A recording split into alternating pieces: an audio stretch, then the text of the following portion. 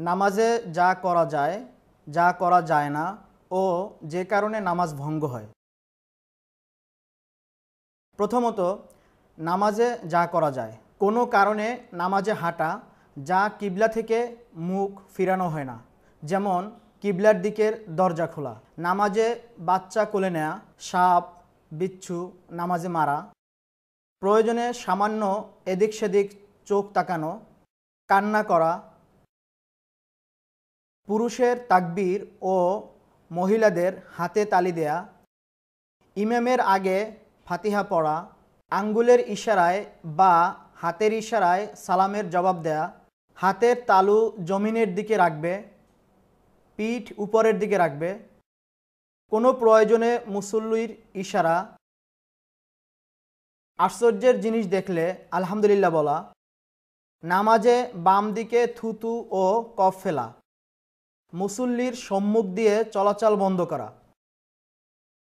দ্বিতীয়ত, নামাজে মাকরুহসমূহ, অনেক আজেবাজে চিন্তা নিয়ে নামাজে আসা বা তার আগে পরে এমন কাজ আছে যা তাকে তাড়া করে, যেমন পেশাব পায়খানা করা, গ্যাস জমা, ক্ষুধা ও তৃষ্ণা লাগা, বা খাবার উপস্থিত হয়েছে এমন সময় নামাজ পড়া, বা এমন জিনিসের দিকে তাকানো যা তাকে নামাজে বিঘ্ন করে, অনর্থক কাজ করা যা নামাজে খুশুখুজু নষ্ট করে, যেমন প্রয়োজন ছাড়া নাড়াচাড়া করা, দাড়ি কাপড় ঘড়ি ইত্যাদি নিয়ে নাড়াচাড়া করা, আঙ্গুল ফুটানো বা এক আঙ্গুলের ভিতরে অন্য আঙ্গুল ঢুকানো, প্রয়োজন ছাড়া এদিক সেদিক তাকানো, তবে শর্ত হলো শরীর কিবলা থেকে অন্যদিকে ফিরবে না, তাহলে নামাজ ভঙ্গ হয়ে যাবে। কোমরে হাত রাখা, কেননা ইহা ইহুদিদের কাজ। মুখ ও নাক ঢেকে রাখা, কাপড় ও হাত ভাঁজ করা, পুরুষের চুল বেঁধে রাখা ও খোপা করা, এতে সিজদায় তার চুল যেন সিজদা না হয় এরকম বোঝায়। কিবলার দিকে বা ডান দিকে কফ ফেলা, আকাশের দিকে তাকানো, প্রয়োজন ছাড়া চোখ বন্ধ করা,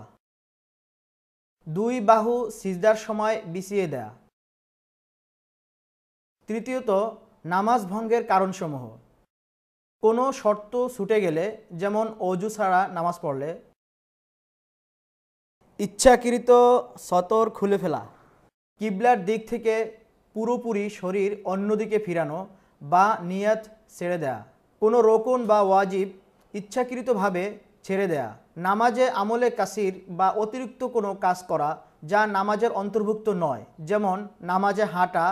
বেশি বেশি নড়াচড়া করা, অট্টহাসি দেয়া, ইচ্ছাকৃত কথা বলা, খানা ও পান করা, ইচ্ছাকৃত নামাজের রাকাত বাড়ানো বা রুকু বাড়ানো, ইমামের আগে মুক্তাদিরা সালাম ফিরানো।